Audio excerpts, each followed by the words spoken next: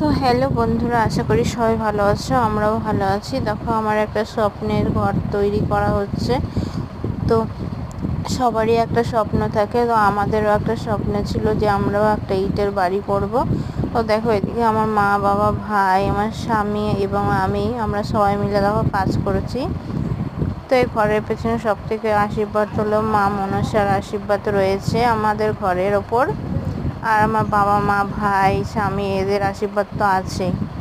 তো নিজেরা পরিশ্রম করে যতটুকু করতে পেরেছি আমরা ততটুকুই সন্তুষ্ট। তো দেখা সবাই মিলে কাজ করছি। আমি তো প্রচণ্ড খুশির জন্য দেখতেই পাচ্ছ আমার অবস্থা। এতটা খুশি হয়েছি যে কি বলে বোঝাতে পারছি না।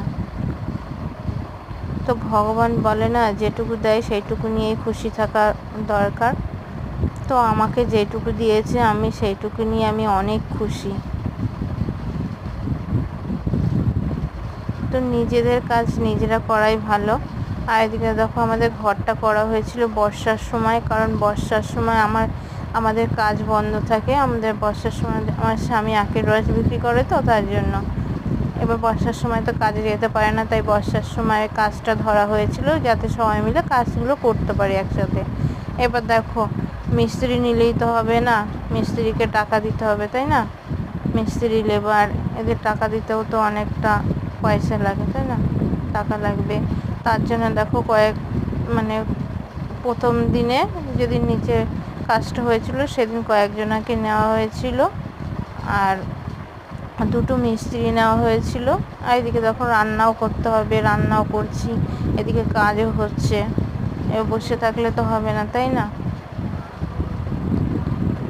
তো আমাদের সেরকম একটা সামর্থ্য নেই বললেও চল না, কিন্তু আমরা যেটুকু আছে সেটুকু করছি, কিন্তু বেশি কিছু করলাম না। কেন? আমরা দেখো ঘরে বাইরে দুজনা মানুষ, আমার কোনো সন্তান নেই, ঠিক আছে? আমার সন্তান আদৌ কোনো দিন ভগবান দিয়েছে, কিন্তু দিয়ে নিয়ে চলে গেছে।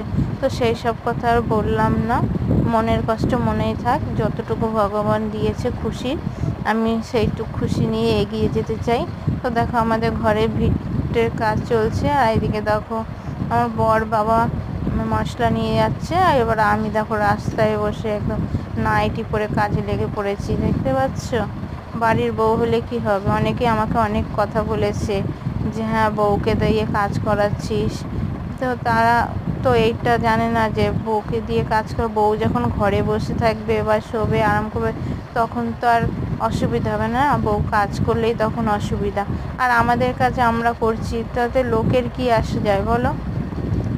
নিজেদের কাজ নিজেরাই করা ভালো।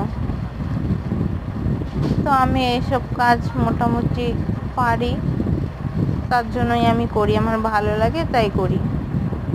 এবার ঘরে বসে থাকবো, স্বামী একা কাজ করবো, সেটা তো হয় না। তো দেখো, আমাদের এদিকে ভিট গাঁথা হয়ে গেছে, এবার ভিটের ওপরে যে গাঁথনি তোলাবে সেই কাজগুলো হবে এখন। তো দেখো না, একটা করে ইট বসানো হয়ে গেছে। আমি তো প্রচণ্ড খুশিতে আর কি বলবো, বলার কোনো ভাষা নেই। তো দেখো, তো খুশিতে আনন্দে আমি পাচ্ছি না। আর আমাদের এই ঘরটা একটা মিস্ত্রি করে দিয়েছে, এবার লেবার নেয়নি। মিস্ত্রিটা যথেষ্ট, যতটা পেরেছে ততটা করে দিয়েছে। তো লাস্টের দিকে একটুখানি অসুবিধা হয়ে গেছিলো।